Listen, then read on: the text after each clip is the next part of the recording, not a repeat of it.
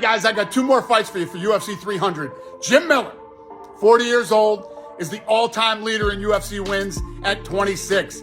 He's got the most UFC finishes in lightweight history at 16, and he's tied for most submissions in UFC lightweight history with Charles Oliveira at 10. And now he is attempting to break into the top 15 in one of the nastiest divisions in the sport. And he will be facing the guy that fights anyone, anytime, anywhere, Bobby Green. Bobby hasn't seen a scorecard in 2 years. His fights do not go the distance, and he's got 20 finishes, and his style is in your face, moving forward, pushing the action the entire time. This fight has been scheduled 3 times, but this is the time that matters. Another fight. 50 wins between them, 34 finishes, 2 of the best strikers in the sport, 2 of the most durable fighters in the sport, 2 of the most aggressive guys in the sport. Gaethje destroys all guys with leg kicks and power in both hands.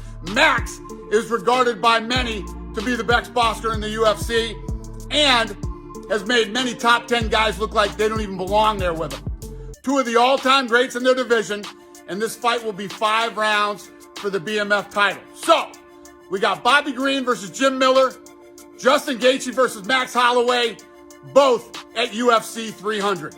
Well guys, there's some of the big fights we've been waiting on. Thankfully, they have finally been announced. We want to give a quick early prediction for both, so first we have Jim Miller versus Bobby Green. Miller is solid in everything he does, and I think consistency will be the key in this fight. Bobby likes to fight unorthodox and play with angles, but Miller's head-on steady approach will definitely give him issues.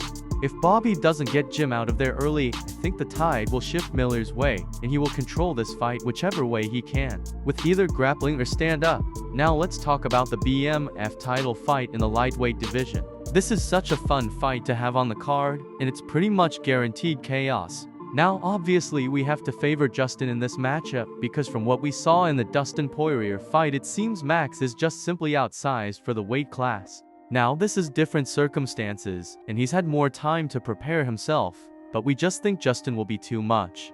We expect him to go at Max early and bust up his legs fast. We might see a wrestling approach from Holloway, but it's not likely he will succeed against the bigger man. Nonetheless, we are insanely hyped for these matchups, and we can't wait to see them take place. And before we go, make sure you guys stay up to date by subscribing and following our other platforms.